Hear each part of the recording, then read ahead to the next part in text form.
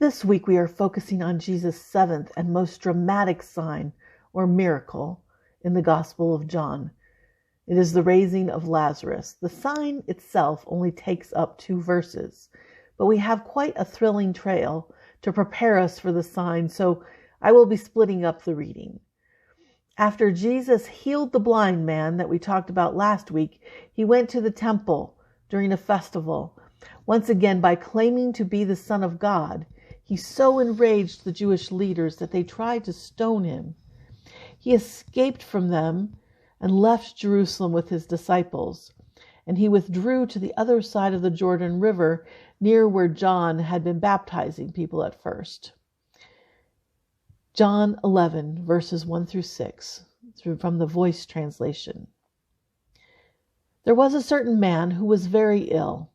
He was known as Lazarus from Bethany, which is the hometown of Mary and her sister Martha. Mary did a beautiful thing for Jesus. She anointed the Lord with a pleasant-smelling oil and wiped his feet with her hair. Her brother Lazarus became deathly ill, so the sisters immediately sent a message to Jesus which said, "Lord, the one you love is very ill." Jesus heard the message, and he said, "His sickness will not end in his death, but will bring great glory to the Lord. As these events unfold, the Son of God will be exalted." Now Jesus dearly loved Mary, Martha, and Lazarus. However, after receiving this news, he waited 2 more days where he was. Then Jesus said to the disciples, "It's time to return to Judea." And the disciples said, "Teacher, the last time you were there, some Jews attempted to execute you by crushing you with stones. Why would you go back?" And Jesus said, "There are 12 hours of daylight, correct?" Remember last week, he said that he was the light of the world. If anyone walks in the day, that person does not stumble because he or she sees the light of the world.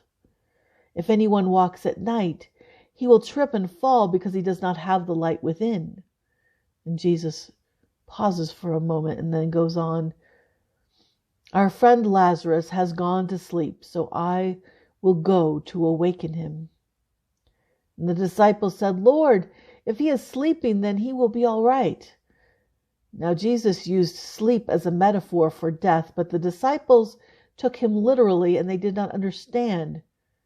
Then Jesus spoke plainly, "Lazarus is dead, and I am grateful for your sakes that I was not there when he died.